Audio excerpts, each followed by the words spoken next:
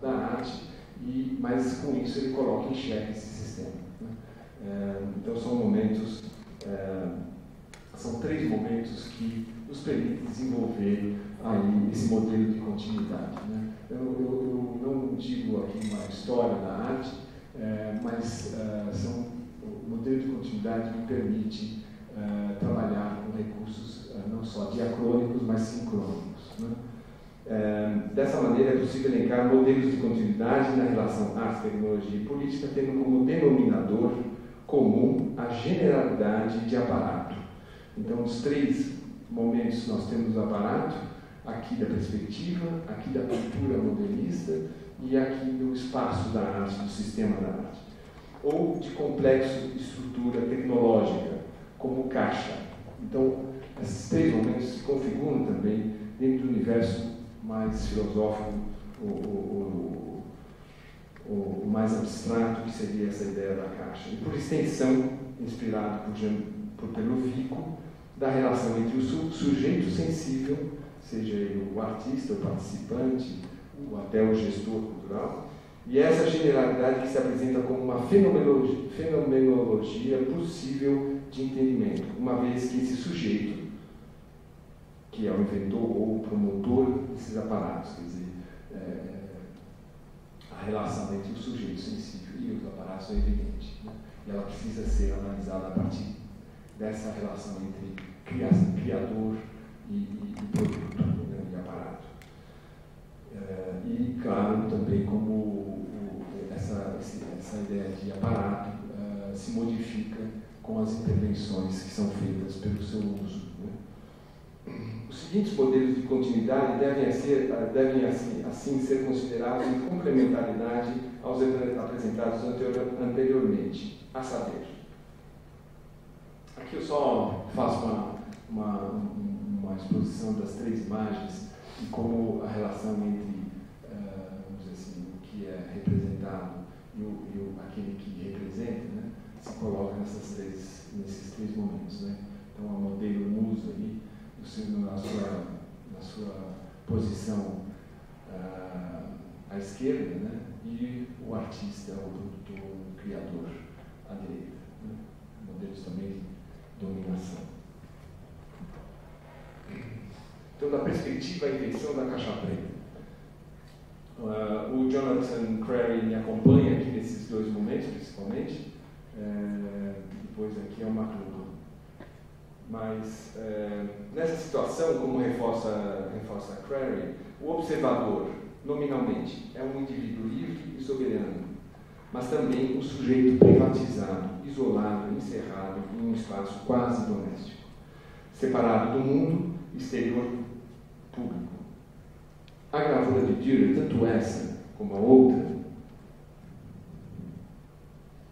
é exemplar ao demonstrar essa condição. O artista isolado do mundo em seu ateliê, a natureza externa está enquadrada pelas janelas do aposento, separado do referente, a mulher deitada, por uma esquadrilha quadriculada que permite o rebatimento da observação monocular na superfície bidimensional do papel sobre a mesa, portador da mesma grade de referência geométrica que está nesta janela, que enquadra o objeto a ser representado. Esta tecnologia permite a tradução de uma observação de um referente no espaço tridimensional em uma representação bidimensional. O surgimento da caixa preta, fotografia, na primeira metade do século XIX, de um lado reforça esse modelo ao sintetizar a complexidade da tecnologia da perspectiva em um aparato portátil, a máquina fotográfica, mas do outro, com sua mobilidade, sua eficiência na captação e subsequente reprodução e exposição das coisas do mundo, bem como a sua rápida popularização, invoca inevitavelmente um novo contexto epistemológico e novos desafios para o pensamento e para as práticas artísticas. Quanto tempo eu tenho? Tem um tempo aí? Então. Da caixa preta, a fotografia ao cinema e vídeo, o aparato como extensão prótese do corpo. Mais uma vez, uma citação do Crary, e aqui essa imagem que é da propaganda da Kodak. A observação passiva da perspectiva, amparada por uma nova tecnologia de base fotográfica, transforma-se em uma ação no mundo operada por um observador produtivo, cujo corpo tem toda uma diversidade de capacidades para gerar experiência visual. Ou seja, o corpo, como salienta Crary, e conforme constatam os cientistas a partir do início do século XIX, possui suas próprias capacidades visionárias, independentes até de referências e correspondências externas. Eu aqui me amparo na fala também do Peter com essa, de fato, essa diversidade, pluralidade dos corpos, dos seres. O real passa a ser assim, resultante de uma negociação entre visões mecânicas captadas por aparatos visuais e visões fabricadas pelo próprio sujeito sensível. O artista é, portanto, aquele que opera de forma crítica e ativa essa negociação entre máquina e corpo expressivo. Para fortalecer essa configuração entre arte e tecnologia e política, a contribuição de William Flusser em seu livro A Filosofia da Caixa Preta é relevante, uma vez que ele distingue, na relação com o aparelho fotográfico, o artista do funcionário. O primeiro seria o fotógrafo, aquele que procura inserir na imagem informações imprevistas pelo aparato, e o segundo, aquele que brinca com o aparato e age em função dele. Por outro lado, ele também sustenta o seguinte, 2 pontos. Para funcionar, o aparelho precisa de um programa rico. Se fosse pobre, o funcionário o esgotaria, e isso seria o fim do jogo. As potencialidades contidas no programa devem exceder a capacidade do funcionário para esgotá-las. A competência do aparelho deve ser superior à competência do funcionário. Um sistema assim tão complexo é jamais penetrado totalmente e pode chamar-se caixa preta. Flusser, 1985. Essa dualidade entre máquina e corpo crítico e expressivo acaba promovendo o desenvolvimento tecnológico da caixa preta, que por sua vez motiva a geração de novos aparatos, novas técnicas e, por conseguinte, novas linguagens visuais. Da fotografia, evoluímos para o cinema, do cinema para o vídeo, sobrepondo essas linguagens todas, inclusive as anteriores, acabamos por desembocar na multimídia, que preconiza as ambientações digitais. O que é interessante notar nessa dualidade é o fato dela não enfatizar a posição entre as partes. Pelo contrário, ela tem promovido a complementaridade, adicionando assim um elemento a mais na equação de Flusser, na qual a competência do aparelho deve ser superior à competência do funcionário. Essa competição acabou criando uma cumplicidade entre homem e máquina.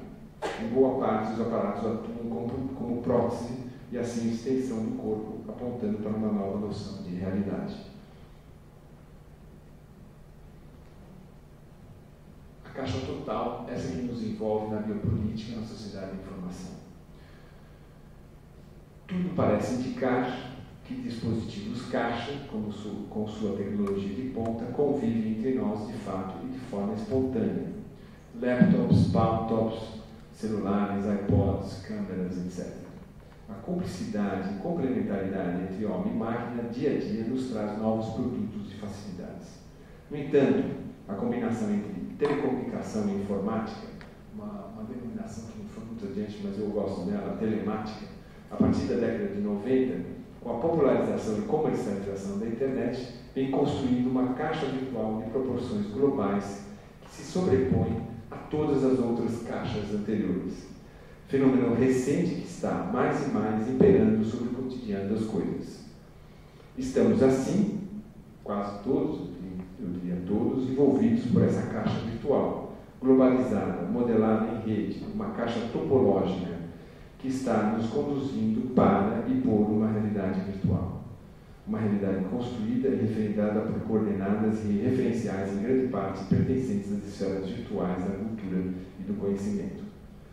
Trata-se de uma realidade totalmente mediatizada, uma realidade mediática, um aqui e agora com referências históricos relativizados, um todo envolvente.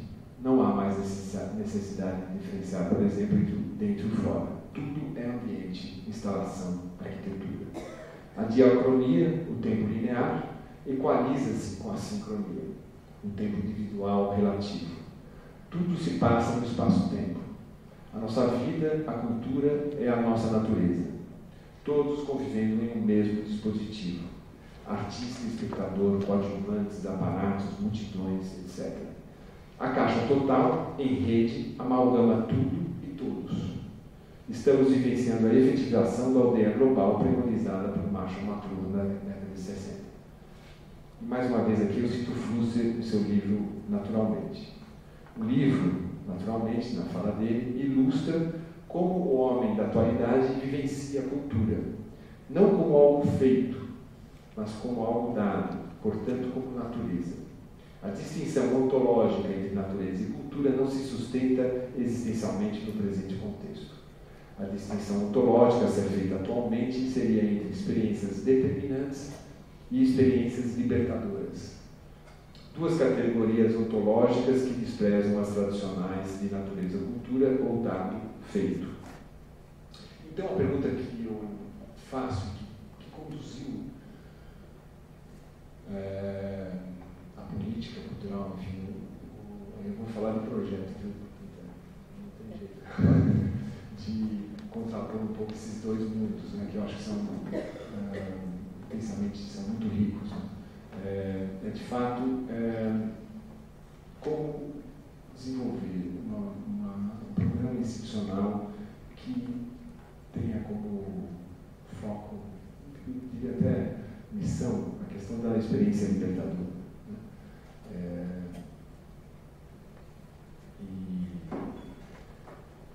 E aí é que vem eu retorno à questão da mediação crítico-criativa.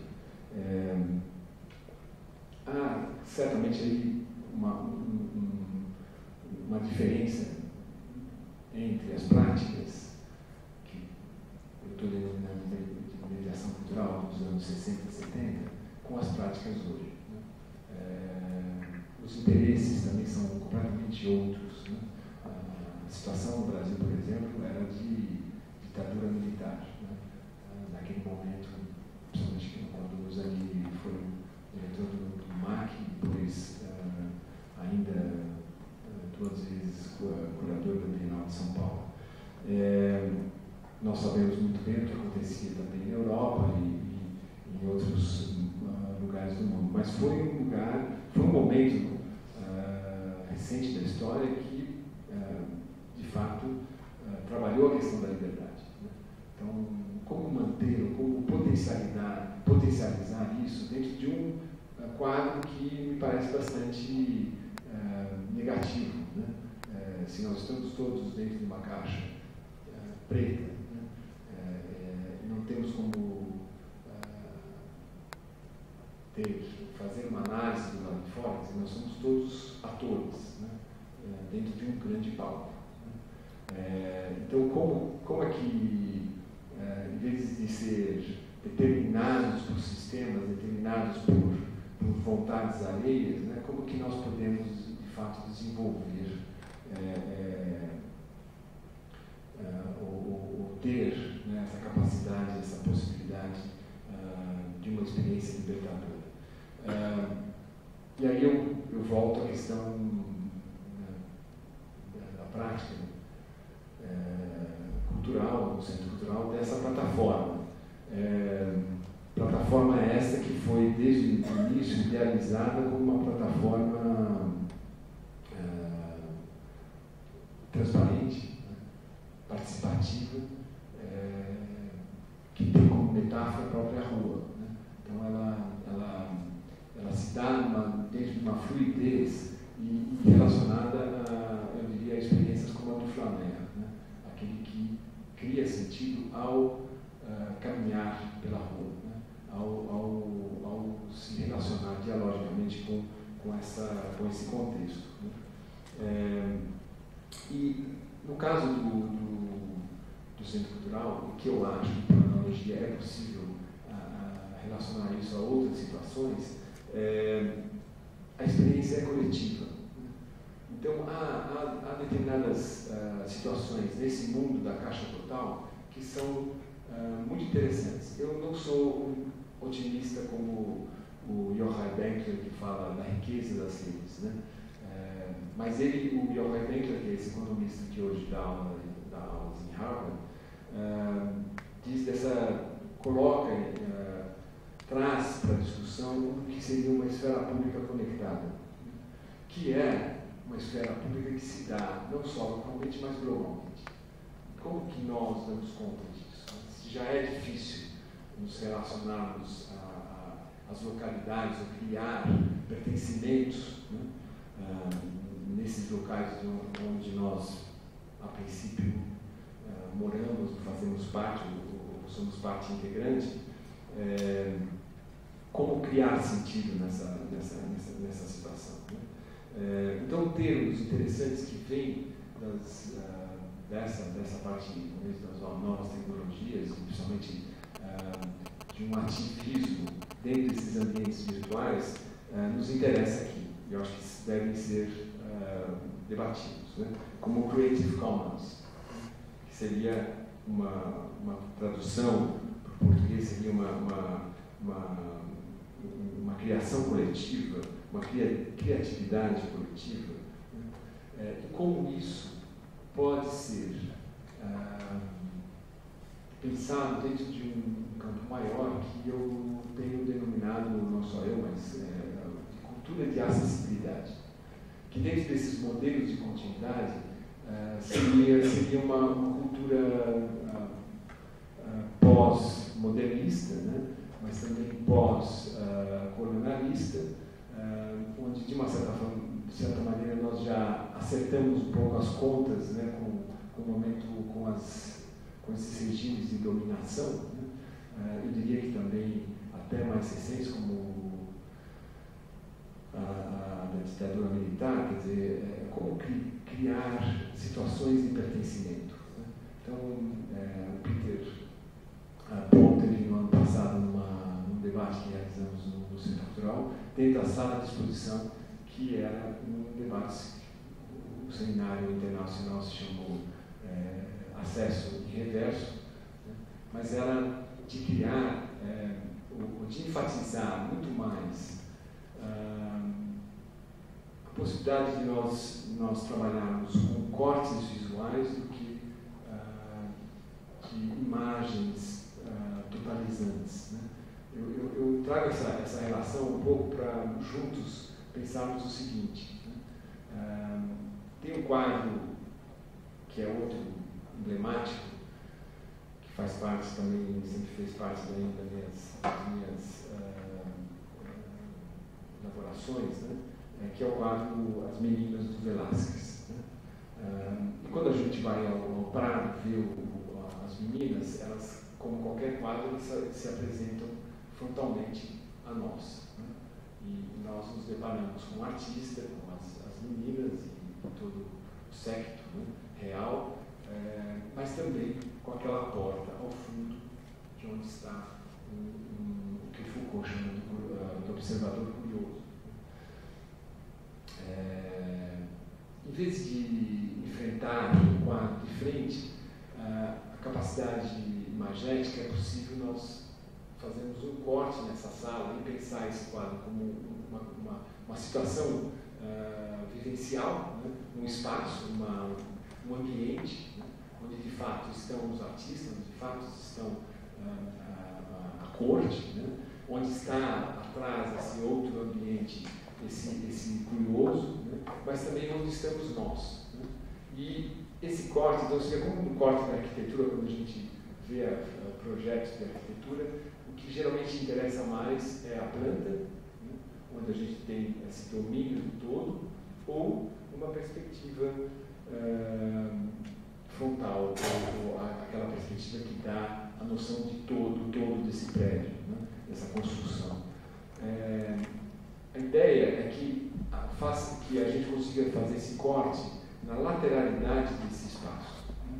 E aí onde aparecem horizontalmente, não só o artista no meio, então, desse corte, o curioso, o observador curioso do lado esquerdo e nós como observadores, né, do lado direito, né?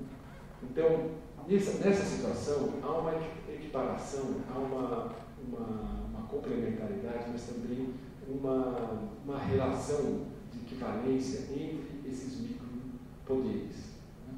entre poder, sim, da visão, e aí, se a gente olhar de frente o quadro das meninas do Velázquez, o ponto de fuga do quadro é no meio entre duas superfícies luminosas. Uma é o espelho, onde está refletida a imagem do rei e da rainha, né? E o outro é desse curioso observador curioso, essa luz que adentra por essa porta. Né? Então, ali há uma visão esquizofrênica, porque ela fica negociando entre esses dois campos de luzes e que nos jogam para duas interpretações bastante opostas. Né? Uma é no interstício da porta, né? Dessa figura enigmática, e outra é da certeza, né? Que é a imagem do rei e da rainha, é a imagem reificada. Né? Então, a imagem renascentista é a imagem reificada. Agora, essa imagem que transpassa esse campo e que nos permite, então, um rebatimento com um outro pensamento, ela reativa esse modelo de representação, esse campo de poder, né? Ou esse palco do poder. Então, o que eu, para finalizar, o que eu acho, talvez aí sim, sendo mais otimista e pensando nessa experiência dos últimos 4 anos, e que na prática deram certo, né? De ativar aquele espaço, de fazer com que ele voltasse a ter uma leveza, né? No seu cotidiano, né? De fazer com que o pertencimento fosse também ampliado, não só dos usuários, mas também dos próprios funcionários, das pessoas que ali ocupam o trabalho naquele aparato. Né? No caso desse seminário que eu mencionei, o interesse era pela questão da sensibilidade, sim, voltada a um público específico do Centro Cultural, que é o da Biblioteca Braille e dos seus funcionários. Uma boa parte, a maioria, é cega. Mas eles nunca tiveram, de fato, uma oportunidade ou espaço para se sentirem integrantes do Centro Cultural. Eles eram funcionários da Braille, e não do Centro Cultural.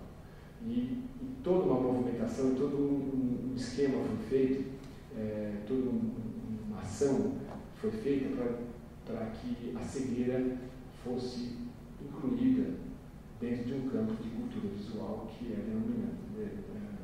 dominante. Né? Então, houve uma transferência da Braille para o centro do Centro Cultural, na Praça das Bibliotecas, e isso ajudou também a ativar ainda mais esse espaço. Né? Então, o que acontece quando eu penso em questão de cultura e de acessibilidade é que essa mediação cultural, ela não é só do artista. Né? Quando você cita o exemplo da Alejandra, eu acho que ela é uma artista mediadora, né? No sentido mesmo que a função dela não é produzir obra, não é produzir arte, mas de fato, ativar ambientes. Né? E isso, um exemplo que eu cito para finalizar, é que nós fizemos, através da intermediação do Leopoldo Nozek, uma experiência extremamente interessante no Centro Cultural, que foi um ponto de escuta, que era na sexta-feira, das 11 às 5 da tarde, a cada meia hora, um psicanalista sentava numa cadeira e tinha uma outra cadeira vaga, e qualquer um poderia sentar, e ali tinha um momento de escuta. Né? Não era terapia, não era de forma alguma algo que pressupunha uma continuidade, né? Mas era simplesmente essa possibilidade de um encontro com o outro. Né? E, por estranho que pareça, todos praticamente dentro da equipe dos diretores estranharam isso e foram contra isso boa parte do tempo. Demorou para que isso fosse entendido como também uma prática experimental, uma prática criadora, que não é só o artista que é capaz de fazer. Quer dizer, acho que existem outras outros produtores dentro dessa cultura mediatizada, né, capazes, sim, de subverter as normas e subverter os valores ainda hoje determinantes. Né? Obrigado.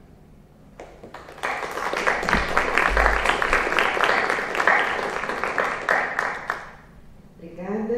Nós passamos agora então a fala do professor Ricardo Fabrini, que vai nos falar sobre arte relacional e regime estético, a cultura da atividade dos anos 1990.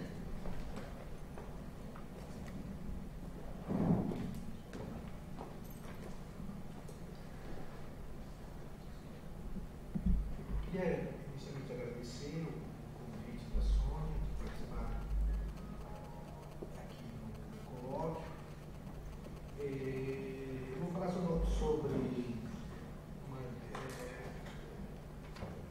sobre a relação entre arte e vida na década de 90 e dos anos 2000.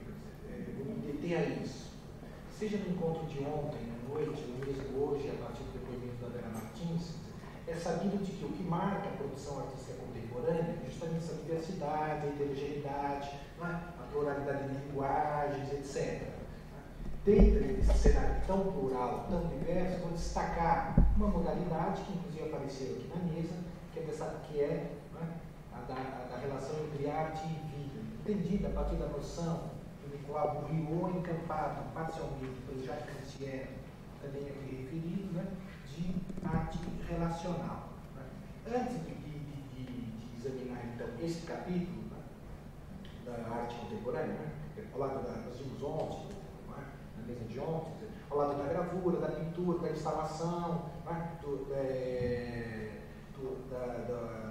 arte e tecnologia, das poéticas tecnológicas, referida pelo Grosno. Há ainda uma tentativa de estetização, vou chamar assim, de estetização da vida. Numa perspectiva de longa duração, esta questão do embaralhamento entre arte e vida, também associada à ideia de morte ou do fim da arte, entendida do ponto de vista das linguagens tradicionais, da pintura, da escultura, etc., tem uma história. Então, essa questão não é nova. Quer dizer, numa datação, no interior de uma história de longa duração, nós poderíamos dizer que esse tema do fim da arte, para ficar aqui no regime da estética, remonta ao Hegel, no meados do século XIX. É claro que no Hegel, essa questão do fim da arte deve ser entendida em termos mais precisos, da superação da arte, da religião e da filosofia, uma vez que a arte deixaria de ser a manifestação mais elevada do espírito, segundo o Hegel, no interior do romantismo. De todo modo, esse tema do fim da arte tem uma extração, vamos dizer, não sei se nobre ou não, mas da filosofia, e pode ser datada aí nos cursos de estética do Hegel. Desde então, isso vai reaparecendo no final do século XIX, com todo o denominado esteticismo, no contexto foi citado Flaner aqui, no contexto do esteticismo do fim do século XIX, do dantismo baudelairiano, passando pelo esteticismo inglês, do Bloomsbury, Virginia Woolf, etc., atinge aí, na Europa continental, o dadaísmo, o surrealismo, as denominadas vanguardas líricas, funcionais, oníricas, e contamina as vanguardas. Então, essa questão do embaralhamento, da fusão entre arte e vida, marcou o programa das vanguardas artísticas do XX, nas suas duas vertentes, seja no viés das vanguardas construtivas, positivas, compromissadas com o capitalismo moderno, urbano, industrial, que via design a possibilidade de introduzir objetos utilitários, ao mesmo tempo belos e úteis no cotidiano, seja essas vanguardas do cubismo, futurismo, etc., as vanguardas então, que acreditavam na possibilidade da estandardização de objetos artísticos que poderiam ser produzidos em larga escala, permitindo a todos a acessibilidade a esses próprios objetos, seja no caso das referidas vanguardas funcionais, líricas, que procuravam fazer cada qual ao seu modo. Nós vimos o caso do Duchamp, né? Ontem à noite, hoje ele reaparece, né? Aqui, né? Dessas vanguardas líricas, né? Que procuravam fazer, como que irromper subitamente na vida, em meio ao cotidiano, né? Soturno e cinzento, como um estrondo à poesia. Bom, só é a tentativa de embaralhar a arte e vida do ponto de vista das vanguardas heróicas, históricas, dos anos 10 e dos anos 20. Essa tentativa, há uma recidiva, um retorno dessa tentativa, agora no interior das vanguardas tardias, né, no contexto norte-americano, da contracultura simbolizada ou iniciada, se quiser, no rap, nos tais dos happenings, no interior da cultura, sobretudo norte-americana, da década de 70 e 70. Muito bem. Esse tema permanece na contemporaneidade. A questão é pensar em nova chave como se dá, como se tem dado, desde os anos 90, a tentativa com nova configuração, de embaralhar a arte e vida. Eu vou pensar nisso a partir dessa noção de arte relacional, que inclusive que eu oriento em certa medida, não a última Bienal, a Bienal do Brasil, mas a anterior, né? A Bienal cheia, né? Do como viver junto, cujo enfim, isso é mote, né? Reportas, né? Você sabe, é um curso do Roland Barthes, né? Tem tudo a ver também com o próprio Bourdieu, né? Esteve aqui nessa penúltima Bienal. Então, o tema é esse. Em certa produção artística dos anos 90, é visível a tentativa de embaralhar a arte e vida, o que arremete ao imaginário das vanguardas artísticas do século XX. Esse intento, contudo, não pode ser identificado sem mais, seja o programa das vanguardas históricas dos anos 10 e 20, como o dadaísmo ou futurismo, seja o diário contracultural das vanguardas tardias, como os happenings ou a avant-arte dos anos 60 ou 70. É preciso, assim, distinguir o projeto moderno de superação da relação entre arte e vida das propostas de arte colaborativa do artista relacional, na expressão de Nicolas Bourriaud, que tomaremos aqui como sintoma da arte contemporânea. Recordemos de início que no fim da década de 80, ou seja, no contexto do debate sobre a pós-modernidade, houve uma volta às linguagens da tradição, evidenciada no retorno à pintura, com os ditos neo-expressionismo alemão, transvanguarda italiana, o graffiti painting anglo-americano, que com suas simbolizações reagiram tanto à desmaterialização da arte, aos happenings, à arte, quanto à especialização, segundo os críticos dos artistas, ou ao hermetismo, no lugar comum do público, da arte minimal e conceitual da década anterior. Falava-se nesta época, portanto, de uma reação da arte pós-vanguardista ao formalismo extremado das vanguardas tardias por meio de um retorno ao real, na expressão de Ralph Foster, o que significava, para o autor, que, afastada a utopia, a arte pós-vanguardista, destituída da força que se quis subversiva das vanguardas, reaproximava-se do presente, ao denunciá-la enquanto recrudescimento de conflitos étnicos, machismo, efeitos da globalização ou crise da narrativa, reatando por meio dessas simbolizações com o dito mundo da vida. Inclusive essa expressão retorno ao real, a Foster fez história. Então eu apenas ressalvo, procurando precisar um pouco, a expressão retorno ao real, dizendo que essa expressão foi utilizada por Ralph Foster, a partir de Jacques Lacan, com uma tendência a figurar no campo das artes, a partir dos anos 80, a experiência individual e histórica enquanto trauma,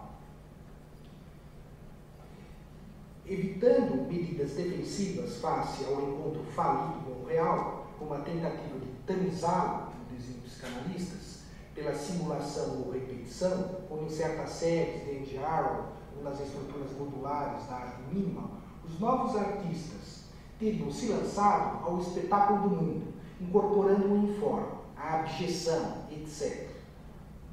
Nas obras de artistas como André Serrano ou Erich Sherman, teríamos nessa direção a oposição entre interior e exterior, sujeito e objeto, na forma problemática da diferença. Seriam práticas artísticas que figurariam, segundo Foster, a política cultural de afirmação de diferentes subjetividades, sexualidades ou etnicidades na tópica do trauma, do real ou do referencial, né? Ou seja, do real no sentido lacaniano, a saber, né, do que é impossível, não obstante necessário, de se representar na realidade psíquica. Esta contradição se manifesta, em certa medida apareceu no depoimento da Vera Martins. Esta contradição se manifesta, inclusive, nas referências de Foster, tanto as políticas identitárias, no sentido do multiculturalismo norte-americano, quanto a dita filosofia da desconstrução, como o pós-estruturalismo francês, de Roland Barthes, de Jacques Derrida, Julia Cristão, Servat. Há um pouquinho no Foster, mas de oscilação, pensamento do multiculturalismo norte-americano e a filosofia da desconstrução. Mas, voltando, feita essa ressalva sobre a questão do retorno ao real, dizer que a nova geração de artistas emergentes nas décadas de 90, né, procurou, sem abdicar do grau de complexidade ou de especialidade que se chegou à arte contemporânea, aproximar-se do dito real, do dito mundo daqui. Né? E a arte relacional seria uma expressão disso.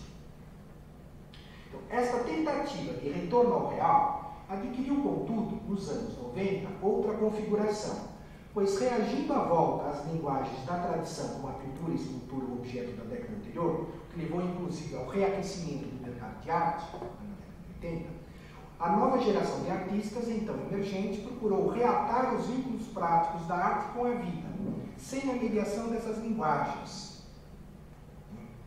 Daí essa noção do artista mediador que visa ativar ambientes, né, ser uma marca dessa produção mais recente, de reatar os vínculos práticos da arte com a vida sem a mediação dessas linguagens, como se evidenciou na multiplicação de instalações, que deixaremos aqui de lado, né, e nos eventos da dita arte relacional, em mostras internacionais, como as bienais, o objetivo desse texto é, assim, tão somente destacar aspectos dessa nova modalidade de embaralhamento entre arte e vida. Haja vista que a arte relacional não assumiu as estratégias vanguardistas, nem as das vanguardas futurista, construtivista ou da escola da Bauhaus, que com sua fé na máquina, visavam pela estandardização dos protótipos formais criados pelos artistas, disseminar a arte do cotidiano, nem a das vanguardas, como dizia na apresentação, de raiz da Dada surreal, que apostando no enguiçamento da máquina, intentavam pela poetização do gesto, ou seja, pela apreensão da irrupção súbita do maravilhoso no cotidiano, ao modo do acaso poético surrealista, a mescla entre arte e vida. Dito de outro modo, a estratégia dos artistas relacionais, dos artistas 90, já foi caracterizada pela noção de partilha do sensível, por Jacques Rancière, de efetuar a fusão entre arte e vida, não foi a da disseminação de objetos, belos e úteis na vida, via design, e tampouco a de modificar a vida pela beleza do gesto. Haja vista que o gesto estético, Dada ou Neo-Dada, oriundo do dandismo do século XIX, que foi ostentado pelas vanguardas da Neo-Dada, não possui mais o imediatismo, o sentimento de ruptura. E o termo beleza do gesto recolhe aqui do Jean Galard. Basta observar que os meios através dos quais os vanguardistas esperavam alcançar a superação da arte e sua realização no mundo obtiveram, com o tempo, o status de obra de arte, como mostrou Peter Birger, sua teoria da vanguarda, de modo que sua aplicação já não pode mais ser legitimamente vinculada à pretensão de uma renovação da praxis vital. Face esse diagnóstico, resta examinar o sentido desta nova tentativa da arte relacional de reatar arte e comportamento, intento que se poderia supor datado, porque inseparável do imaginário vanguardista. Tomemos de início, como exemplo de arte relacional, as intervenções do artista argentino Quique Trivit Tiravanija, destacada pelos críticos de arte e curadores Nicolas Bourriaud e Hans Obrist. Em 1992, Tiravanisha transformou a sala de exibição em escritório da Galeria de Arte 303, em Nova York, em um espaço de encontros sociais. Apresentou na sala vazia de exposição 2 potes de curry e um de arroz, para oferecê-los como almoço aos visitantes, armazenando no escritório da galeria os ingredientes da preparação da refeição, assim como suas sobras, que mais tarde seriam convertidas em obras, fotos e vídeos, como lembra o artista, para documentar esta situação. Em The Land, a Terra, projeto iniciado em 1998, o mesmo artista implementou em uma propriedade em Chiang Mai, na Tailândia, um laboratório em que novos modos de vida, uma expressão do artista, ou de engajamento social, estariam sendo testados sob monitoramento de uma universidade local. É um projeto de nítido fim social, segundo o artista, uma vez que desenvolveria experiências com fontes alternativas de energia, como o biogás, além de utilizar técnicas tradicionais tailandesas na colheita, cujos frutos seriam distribuídos às famílias da região vitimadas pela AIDS. Destaque-se também a situação criada pelo artista holandês Jens Hanning, considerada emblemática nos anos 90 por Bourriaud, intitulada Piadas Turcas. Hanning dispôs um alto-falante em uma rua de Copenhague e outra em Bordeaux, com gravações de piadas em turco e em árabe. O resultado, segundo relatos, é que somente as pessoas que entendiam esses idiomas se aproximavam do alto-falante, para então permanecerem divertidas em torno dele, compondo uma escultura temporária, na expressão do artista. Se não me engano, também do Boys, né, que usava o termo idêntico, análogo, escultura temporária. Acrescentemos ainda, como exemplo de arte relacional, avançando nos anos 2000, a mostra Inside Five, que se realizou na fronteira entre San Diego, na Califórnia, e Tijuana, no México.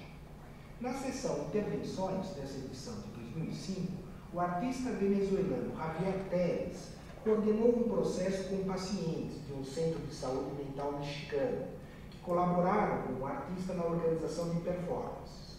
Os pacientes, descreveu um crítico de arte na ocasião, não só confeccionaram as bandeiras penduradas na cerca, como também realizaram encenações sobre fronteiras espaciais e mentais, tema recorrente do artista venezuelano. Essas intervenções teriam por finalidade, segundo Hans Obrist, construir espaços e relações visando a reconfiguração material e simbólica de um território comum.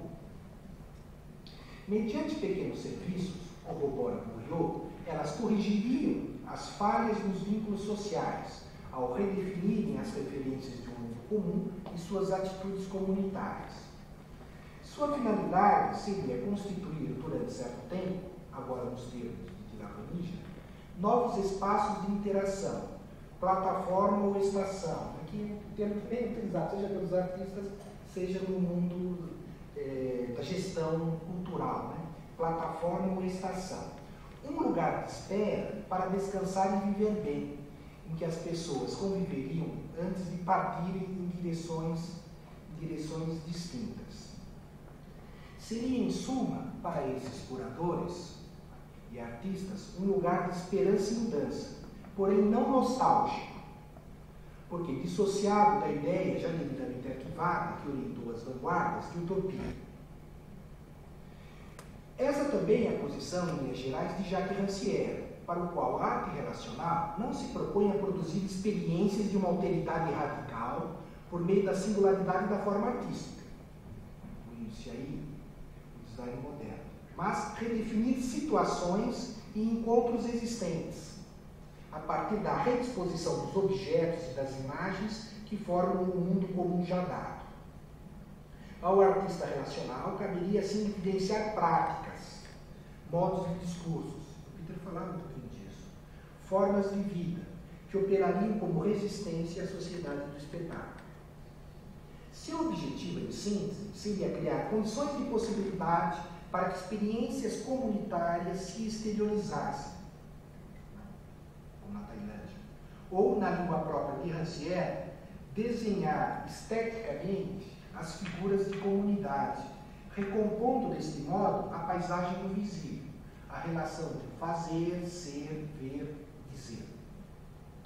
É consenso nesses autores que o período da utopia estética se encerrou, ou seja, que a ideia de um radicalismo em arte, que investe em sua capacidade de transformação radical das condições da vida em sociedade, não coloniza mais o imaginário contemporâneo.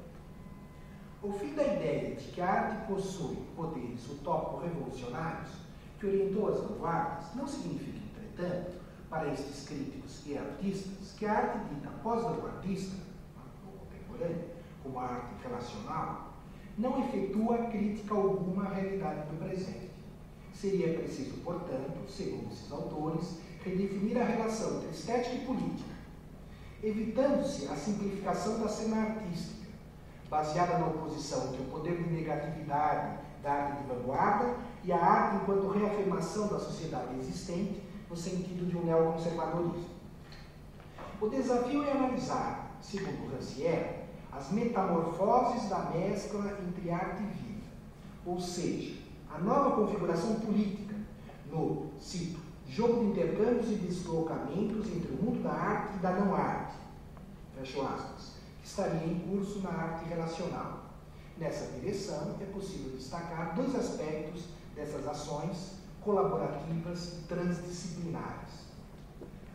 Como a da estação convivial e ecológica de Tiravanija, da plataforma multicultural de Rami ou da instância esquizoanalítica de Teres, os três exemplos que citei antes. O primeiro aspecto é a da linguagem artística implicada nessas práticas, que substituem a obra e o gesto estético, como dizíamos, pela condição de evidenciação de uma dada realidade social, a partir do procedimento comum da apropriação. O segundo aspecto é das relações entre arte, sociedade e comunicação, envolvidas no dispositivo de tornar públicas as práticas dos ocupantes de um dado território ou de seus colaboradores. Estas plataformas decorrem de forma esquemática examinar esses dois aspectos. Essas plataformas decorrem da disposição em galerias ou ruas de objetos, centros culturais, de objetos ou imagens apropriadas do dito mundo compartilhado. Disposição que não implica necessariamente linguagem artística, enquanto arranjo informal, e tampouco a autofundação de um espaço plástico, intentado em certas pinturas ou instalação. Utiliza a expressão autofundação de um espaço plástico, valendo do Jean-François Lyotard, sua caracterização da arte da modernidade a partir da estética do sublime. Se estas buscam prazer estético, entendidas como patos, como experiência da interrupção dos momentos e dos lugares,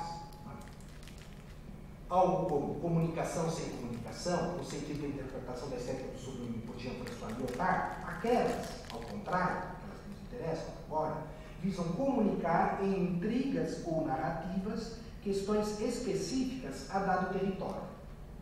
Nesta cultura da atividade, enfim, a arte renuncia às leis internas, à autonomia da forma artística historicamente conquistada no período das vanguardas, pois o artista utiliza-se de objetos ou de imagens disponíveis com a finalidade de dar visibilidade a uma situação social vivida na colaboração entre o artista e o público.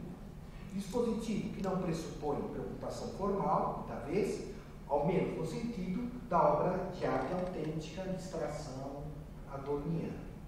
A questão do artista relacional não seria, portanto, fazer com que uma nova forma artística ou um gesto inaugural iniciasse uma alteridade radical, outra sociedade, mas mobilizar elementos dados do presente para alterar a partilha do sensível, a estésis, dos habitantes de um determinado território, destes sócios. Este uso de imagens e objetos disponíveis no dito mundo comum pelo artista relacional tem remetido à crítica, como se sabe, sem exceção, aos ready-mades de Marcel Duchamp. Suas operações dos anos 10, todo o gênero, né, via sobretudo Arthur Duncan, né, ocupam um grande espaço na reflexão da teoria estética contemporânea, né, que há uma volta ao Duchamp, não que ele tenha saído para acontecer, né. Suas operações dos anos 10 estariam na raiz da cultura do uso. E aparece, inclusive, como uma das referências do Bouillon, né. Suas operações dos anos 10 estariam na raiz da cultura do uso dos anos 90. Porque o artista relacional também recolheria objetos do cotidiano para modificá-los segundo uma intenção específica, como ocorreria com Tiravanija, que se apropriou tanto das imagens disponíveis no espaço vazio, aquela exposição da galeria nova-iorquina, né? Imagens do espaço vazio, como a Divine Klein, de 58, Janis Brunelli, de 69, de Michael Archer, de 74, que cada qual seu modo também expôs a galeria, né, vazia, como também de objetos diversos, como bujões de gás, potes, fogões e cadeiras, em seu almoço oferecido aos visitantes na Galeria de Arte 33, em Nova York. Esta paternidade de Marcel Duchamp exige, todavia, cuidadosa investigação, claro, paternidade. Nos últimos anos, tem sido tão frequentes a apropriação pela crítica da arte dos ready-mades de Duchamp, na tentativa de interpretar a arte pós-vanguardista, que é possível até mesmo indagar se o próprio artista não acabou convertido, malgrado ele próprio, em ready-made. É preciso lembrar, contudo, que um ready-made, como dizia Gerard Genet, em um ready-made, a obra não é o objeto exposto, mas o fato de se o expor. E que a repetição do mesmo ato, contrariando o lema de Duchamp, não repetir, apesar do bis, né, na tradução do Augusto de Campos, acarretou a degradação imediata do estranhamento, sua recaída no gosto e o deslocamento de seu sentido originário, de modo que esse ato não causa mais polêmica no público, nem produz a desestabilização das categorias da crítica. Não é esse o intento, inclusive, dos artistas relacionais, que, diferentemente de Duchamp, não visam a promover objetos triviais, livremente escolhidos, a condição de obra de arte, ao introduzi-los em galerias ou museus, com a finalidade de questionar seu estatuto. Como o pupurri de objetos dispostos no espaço, esses artistas buscam, antes, criar condições de possibilidade para a coabitação provisória de um território. Ou, como vimos, habitar plataforma ou estação. Estes materiais reunidos não constituem também a revelia de Bourriot, bricolagem, colagem, assemblagem ou fotomontagem, meios pelos quais os artistas vanguardistas acreditavam embaralhar a arte viva, porque nesses casos, como mostrou Peter Birger, podíamos falar ainda de formas artísticas, o que não ocorre, muitas vezes, nos dispositivos da arte relacional, né? Nem no sentido da composição sintagmática, né? Por subordinação das partes ao todo, como na arte orgânica ou simbólica, né? Nem na composição paratática, por justaposição de elementos no sentido da arte inorgânica ou alegórica, né? Como a arte de vanguarda. Não se pode, além disso, afirmar que uma plataforma vise, como efeito, o choque, pois este adviria da experiência de denegação do sentido, efetuada pela montagem, como em um Merzbau ou em um papier collé, no cubismo, ausente na arte relacional, se associada à noção de choque, né, ao imaginário da arte de vanguarda. Essa apropriação de Duchamp por Bourriot também é problemática, porque o uso de materiais pelos artistas relacionais seria semelhante, para o curador, às operações nos sistemas técnicos de informática, ou, em sua própria expressão, as tecnologias da pós-produção. Eu também preferiria o termo, não sei se o pessoal diz, isso nos anos 60 e 70, telemática, né? Está um pouco arquivado, mas acho que eu pegaria bem. O Bourriot fala de tecnologias da pós-produção. É por isso que o DJ e arte contemporânea, segundo Bourriot, seriam figuras similares, o DJ, né? E o artista relacional. O artista relacional, como herdeiro de Duchamp, se aproximaria do sampleador ou do internauta, pois em todas essas atividades teríamos reciclagem, seja de sons, imagens ou formas, resultado de navegação incessante pelos meandros da história cultural. E mais, a rede, em que a obra de arte torna-se o local de um scratching permanente, seria um símbolo, ainda se não morreu, do evento relacional, porque nos dois casos a oposição entre emissor e receptor, combatidas pelas vanguardas Dada e Dada, teriam sido finalmente superadas por uma nova modalidade de fruidor, a do usuário, enquanto operador de formas. Não se pode esquecer, contudo, que Duchamp criticou com seus bric-a-brac irônicos ou engenharias gaiacas a noção de uso, no sentido da racionalidade técnica segundo Phillips. Recorde-se que seus inutensílios tinham como objeto estancar o movimento, ou ao menos desacelerá-lo, como reforça o próprio silêncio cioso do artista, enquanto o DJ recoloca os signos, uma vez modificados, a ressoar em balada ou batida incessante. Em outro tom, em MD, temos ralenti, nada ou quase uma arte, própria estética da recusa de Mallarmé, Rimbaud, Kate. Enquanto no DJ, temos agitopróprio, tecnopop, ao modo flash mob.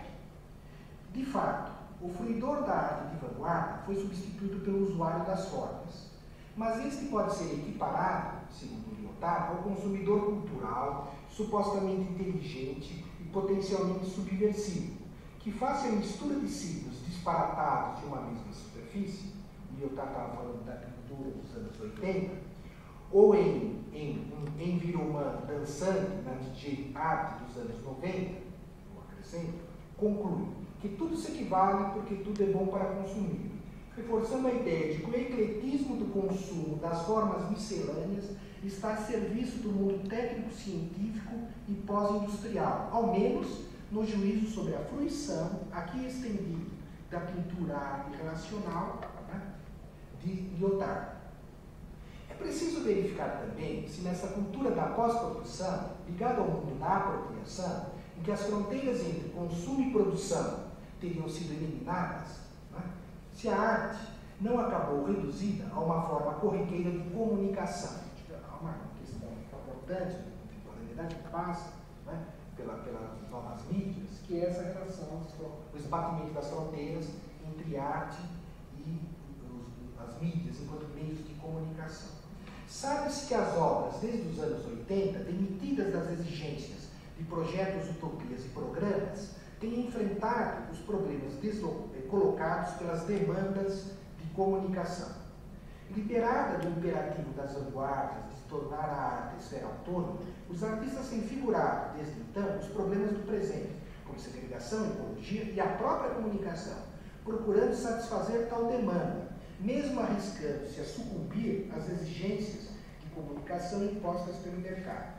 O desafio, portanto, é saber se essas práticas colaborativas e interdisciplinares, descritas por Guriot e outros, que visam a aproximar arte e vida, articulam os elementos do presente, do gesto estético na forma artística, de modo a relacionar na metáfora estética e política, ou se essas práticas, ao contrário, atestam a neutralização da poética e o desvanecimento da política, sucumbindo ao mundo da vida.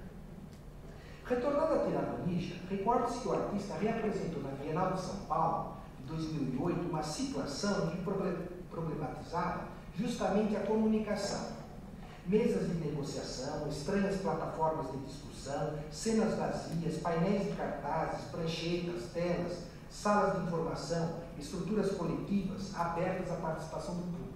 Isso constituiu, né, o MVP entre instalação e arte internacional, né, do Tiranonígia, na Bienal. Seu objetivo era constituir, se eu interpreto, ágoras residuais, espaços de negociação do sentido, o que remete tanto ao intento já descrito da arte de retorno ao real, como ao paradigma do agir comunicativo, de certas filosofias contemporâneas, sabidamente de extração habermasiana, que supra a ausência desses espaços na dita sociedade do pensamento único. Esta tentativa, porém, pelo arquivamento e testemunho de um mundo comum, na obra do Tiranonígia, Reagir às limitações da democracia representativa ou ao controle das informações no circuito das mídias só adquire efetividade, paradoxalmente, se convertido em evento cultural por essas mesmas mídias. O problema, portanto, é saber se a arte relacional, quando posta em situação nos meios de comunicação, preserva as realidades advindas de sua própria forma artística, né? Se admiti-las, podemos ser julgados como tal, ou se elas se tornam apenas tributárias da imagem que dela a comunicação pode fazer circular.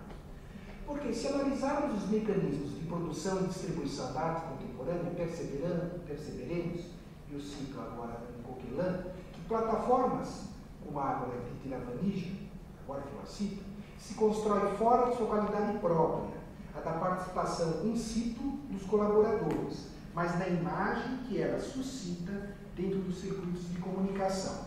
Ou seja, esta convergência entre arte e comunicação é recíproca, pois, que leva a esse batimento das fronteiras. Pois, por um lado, para que a sala de conferências da Bienal não fique restrita aos interlocutores especializados, é preciso que ela circule na sociedade da comunicação.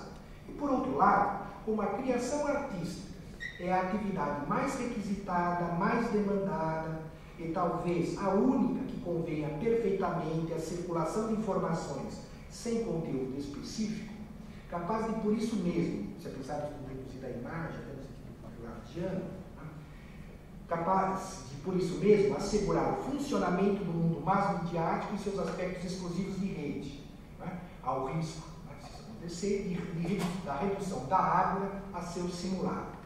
Terminando, para Baudrillard, para Bourriot e Obrist, entretanto, as proposições dos artistas relacionais seriam uma reação ao estreitamento do espaço público e do desaparecimento da invenção política na era do consenso, na caracterização do próprio Rancière dos anos 90. Para outra parcela da crítica, contudo, como estamos procurando mostrar, diferentemente do gesto estético dos anos 60, que visava a renovação da sensibilidade por meio de um apelo às forças que impelem o espírito para a fonte originária dos conflitos, como se dizia na época da contracultura, no sentido, por exemplo, dos régimes, a colaboração na arte internacional apresentaria, para seguir esse caminho, uma forma edulcorada de crítica social.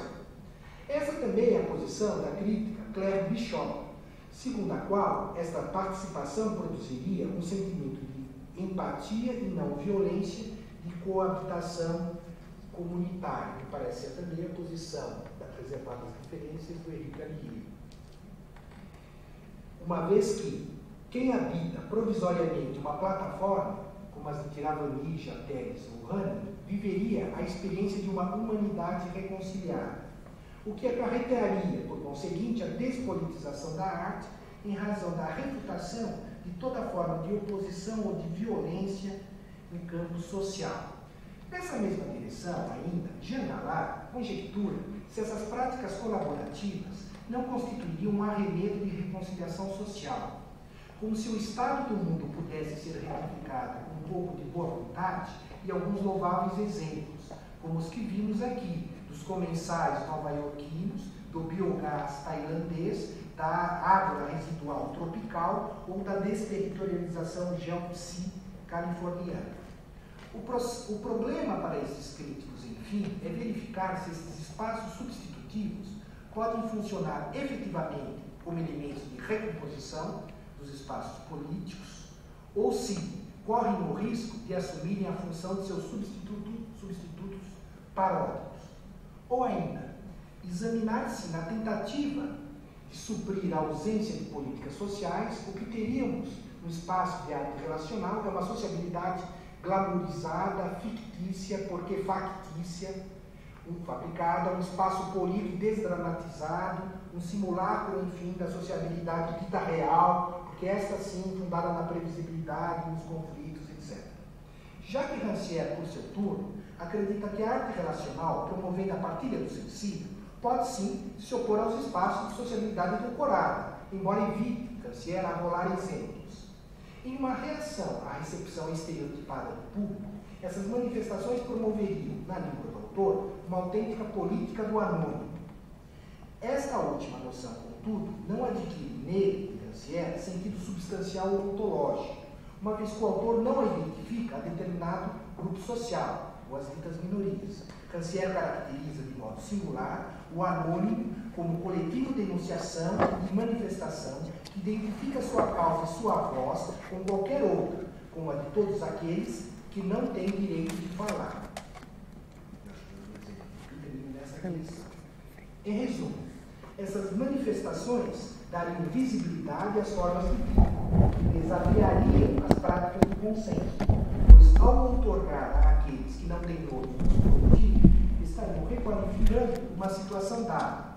Como vimos, contudo, ao risco desses coletivos de enunciação não adquirirem a força política almejada, se a visibilidade do devir anônimo ficar restrita aos profissionais do métier ou ao público habitué, ou, supondo sua veiculação pelas mídias, o que a princípio alargaria sua audiência, ao risco desses coletivos se dissolverem na universalidade abstrata da comunicação.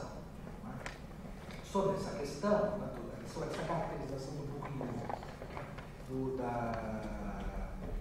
do espaço relacional, a partir da noção da política do anônimo, eu digo o seguinte: diversos autores, no rastro de Maurice Blanchot, Georges Bataille, Gilles Deleuze, Félix Guattari e Roland Barthes, têm pensado, cada qual ao seu modo, noções análogas à da política do anônimo de Rancière. São noções que podem ajudar a compreender, né, essas manifestações da arte relacional. Não apenas no regime estético, esse aqui descrito, mas também nos regimes de trabalho, da clínica ou da amizade. Tony Negri, Michael Hart, Jean-Luc Nancy, Maurício Lazarato, Jorge Agamben ou Francisco Ortega vêm figurando formas de vida que se furtam a dita vida em comum, né, como comunidade identitária ou fusional, tais como, né, e eu cito o próprio Peter, né, que recenseia, faz um levantamento, né, dessas figuras das comunidades. Comunidade dos celibatários, comunidade negativa, comunidade sem comunidade, a comunidade impossível, a comunidade de jogo, a comunidade que vê, a comunidade das singularidades qualquer, etc. São diferentes designações de formas não unitárias, cito Peter, não totalizáveis, não filialistas de comunidade, ou ainda são comunidades feitas de singularidades, porque irredutíveis tanto ao individualismo como ao comunalismo, que se evidenciariam no nosso paralelo na arte relacional enquanto política do anônimo a Rancière. Só para mostrar quais são as referências da teoria histórica contemporânea, né, que têm sido mobilizadas na tentativa de compreender tais manifestações. Como vimos, contudo, há o risco desses coletivos de enunciação não adquirirem a força política almejada, se a visibilidade do dever anônimo ficar restrita, já falei do processo de métier, etc. Se, entretanto, não se acatar a hipótese da dissolução da arte na comunicação, ou seja, de que a arte só adquire realidade quando paradoxalmente se desrealiza, quando se torna imagem ou evento cultural, pode-se admitir ao menos que nessas manifestações haja um embate entre as representações que envolvem a arte e a imagem oficial da realidade, difundida pelo discurso publicitário, transmitida pelos meios de comunicação e organizada por uma ideologia light de consumo cultural. E que deste embate pode resultar a efetividade de uma arte crítica, em que a estética adquire uma política própria, na aposta pascaliana de Rancière, que não coincidiria com a estética da política, que entendemos aqui como generalização do estético ou disseminação cultural. Concluindo, é possível afirmar, contudo, que, apesar da aposta de Rancière, que essas manifestações baseadas na colaboração, como a da arte relacional, operam como formas de reparação de um estado degradado. Seria uma racionalização, uma atividade compensatória, uma ideologia da reparação que prospera sobre um fundo de sentimento de culpa, diz Galard, inseparável do trabalho de luto, ainda em curso pela morte das vanguardas, que não ataca, do ponto de vista político, a causa verdadeira, a implosão do social, como disse Jean Baudrillard. Essa tentativa de restaurar o vínculo social supostamente roto tem como pressuposto a substituição da política como espaço do dissenso ou do conflito, por uma visão consensual de sociedade baseada nas ideias de tolerância e transparência social. É difícil admitir, afinal, que no circuito artístico, seja galeria, museu ou rua, se configure, ainda que provisoriamente, espaço para descobrir novos dissensos, como quer Rancière, haja vista que essas intervenções, aderentes na ausência da mediação da forma artística, né, ou do gesto estético, aderentes à dita realidade existente, resultam da colaboração do artista, curadores, mass media e terceiro setor, entre outros parceiros. Essas ações, além disso, realizadas com frequência em espaços públicos, como em ocupações de edifícios abandonados, com a colaboração de agentes sociais, quando o próprio artista não assume esta função, como na intervenção de Javier Teles, podem ser confundidas com as iniciativas de ordem social ou assistencialista, que implicam uma estética difusa, apaziguada, conciliatória, muito distinta da beleza intensa ou inquietante, senão vertiginosa, que parece, frente a essa arte colaborativa, renegada a outra época.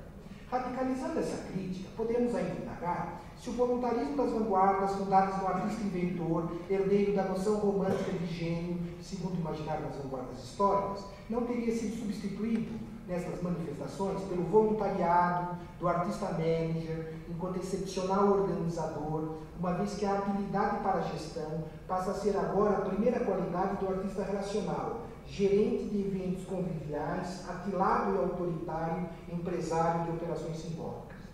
Nessa direção, me sinto, confirma o artista italiano Maurício Cattelan, em entrevista ao Gomes, cada vez mais um editor ou um empregador, e cada vez menos um artista, ao menos no sentido da tradição moderna, de artista da tradição moderna.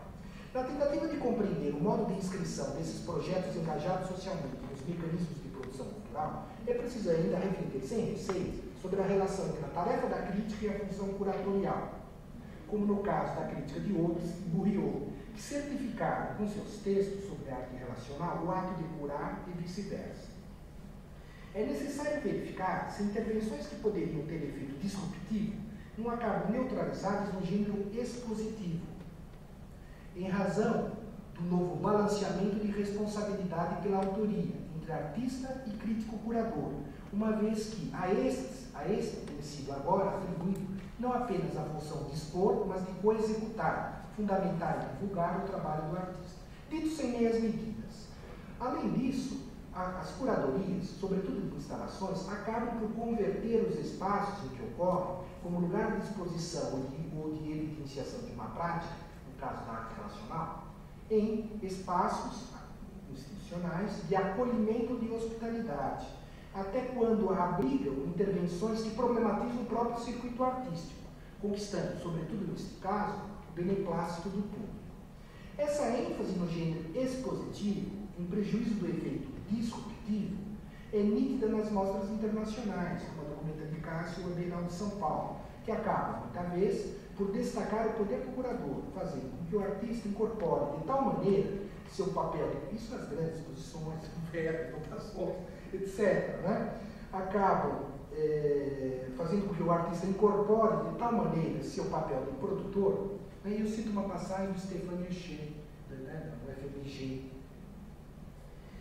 fazendo com que o artista incorpore de tal maneira seu papel de produtor, verdadeiramente preconceituado pelo projeto curatorial, que assume o risco de ter seu fim, seu perfil, mesclado ao do curador. Fica de certo um problema em aberto porque é recente.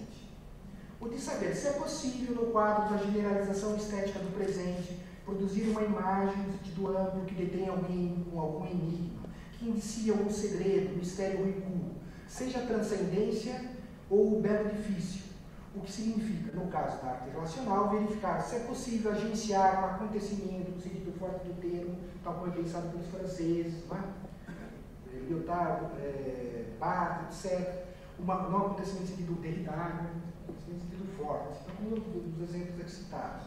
Uma operação que evidencie a independência incondicional do pensamento, superando o performativo, o que Jacques Derrida denominava rompante, improvável, o isso, o chegante. Algo que não seja, enfim, mero evento cultural ou apenas interessante, porque próximo, o Celso Loreto nos disse, não falou um pouco sobre a categoria a relação entre o interesse e o interessante, que não tem a ver com juízo desinteressado kantiano. Porque é próximo do curioso e do acicate, que atrai, mas não cativa, que aferra, mas não consegue inferir ou incitar. Ou seja, verificar como é possível, numa palavra que se articule na forma artística ou gesto estético, negação sem negação. Obrigado pela paciência.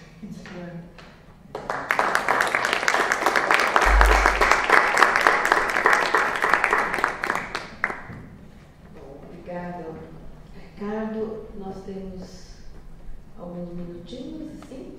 Estamos com a adiantada a hora, mas uns 10 minutinhos. Se houver alguma pergunta, à mesa.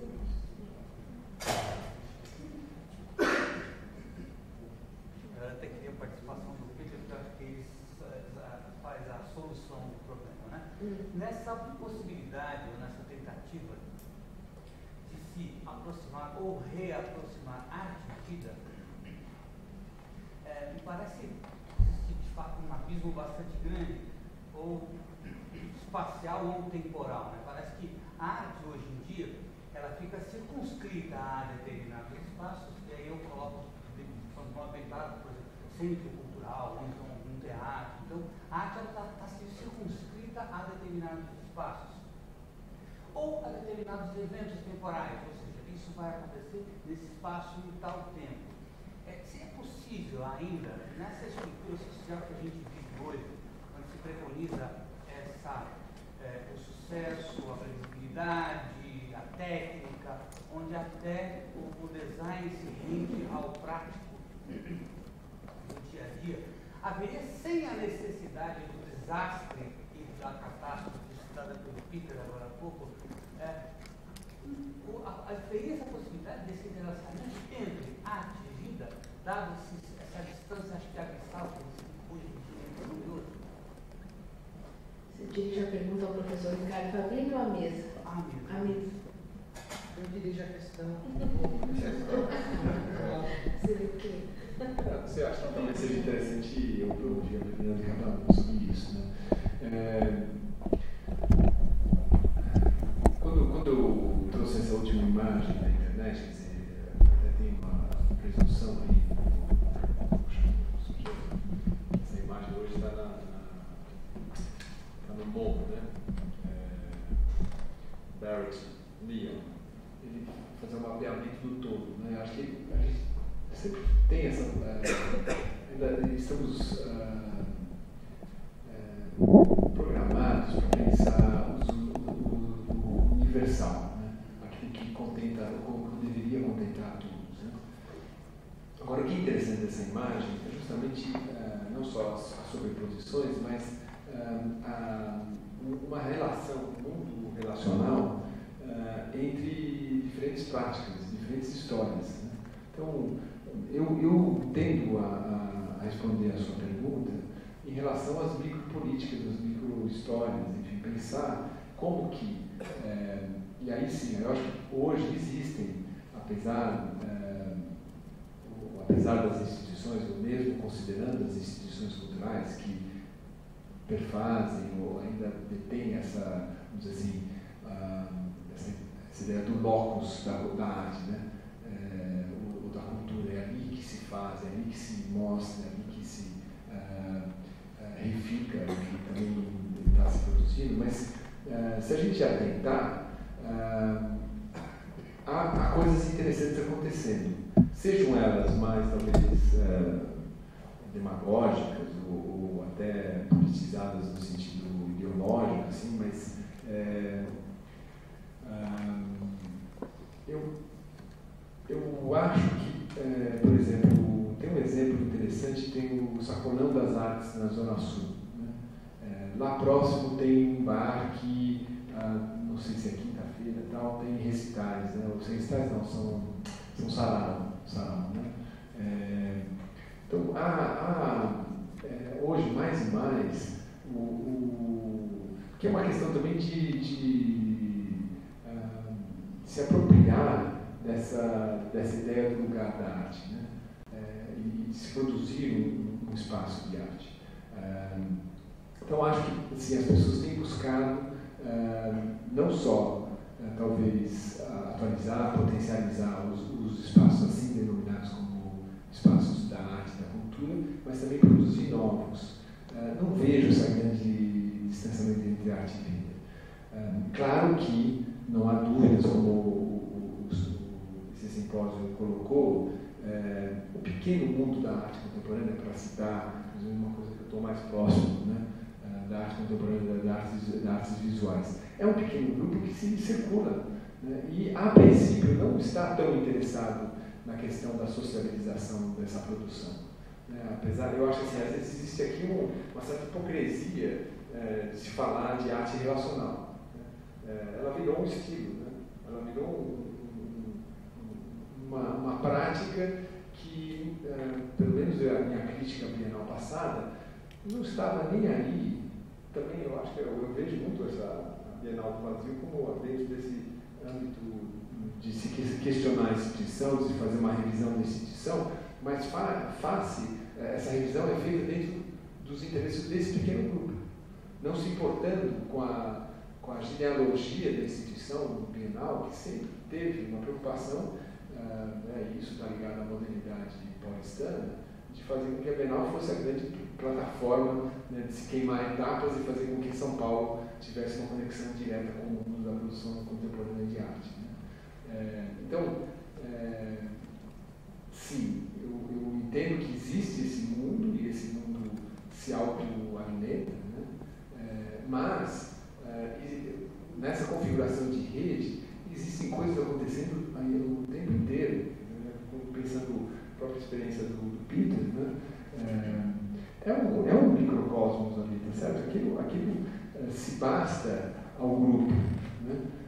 Ele sociabiliza essa experiência, se sociabiliza. Aonde ele se sociabiliza? Em espaços assim ditos oficiais da arte e cultura, sim, mas também em outros espaços, né? Essa performance ou essa ação na rua, né? Ela cria uma área que eu acho que é uma área interessante de desvirtuar o cotidiano. Né? Então, assim, acho que há momentos de transposição. E difícil mapear. Né? Talvez a gente gostaria de acompanhar tudo, essa que é a nossa possibilidade. Mas vejo mais e mais que essa relação entre o que é oficial e o que é informal também está sendo diluída. Né? Então, eu não sou tão crítico como você coloca também.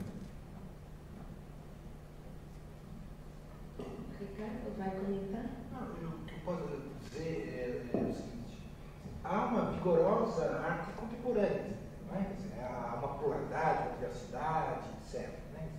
Isso, os problemas que nós fomos colocando, e eu coloquei também no texto, em nenhum momento procura fazer tábula rasa, né? da riqueza da produção contemporânea e da arte brasileira. Né? O que eu fiz no meu caso foi um exame específico de caso para ter dessa noção. Eu concordo com o Grossman, né, que virou já uma espécie de tendência, vertente, estilo, né, da arte relacional. Né.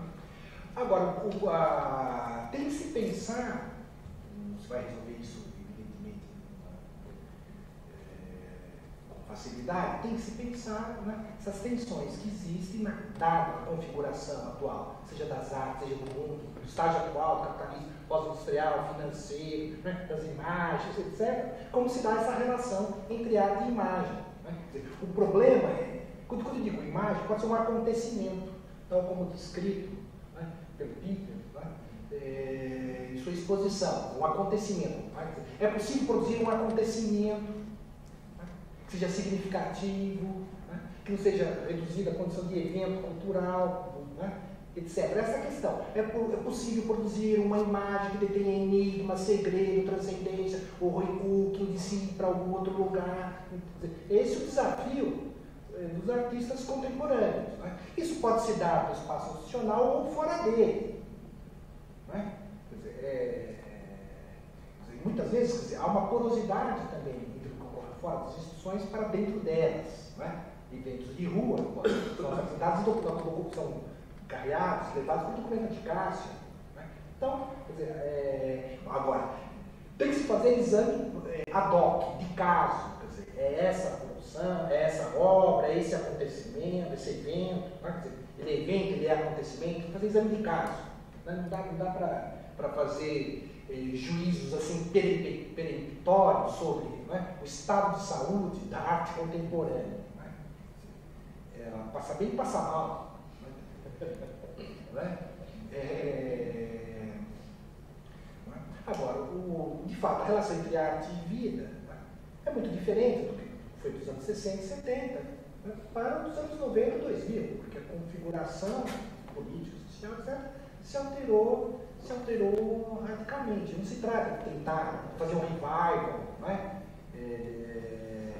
da festa, né, de 68 ou algo assim, por isso evidentemente paralisa, congela. Né? Nós revivemos sob a chave do simulacro, né? Essa tentativa genuína, vamos dizer assim, né? Da estetização da vida na década de 60 e 70.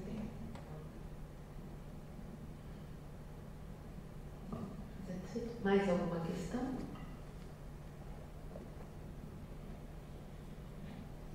Que não, eu agradeço então à mesa, ao professor Peter, Ricardo Fabrini e Martin Grossman, e a todos vocês, e os convido para voltarem às 19 horas, né, para a próxima mesa. Então, mesmo aos que esta tarde se envolverão ou assistirão ao jogo, lembre que à noite nós estaremos aqui novamente para continuar o nosso encontro de estética. Tá bem? Obrigada a todos.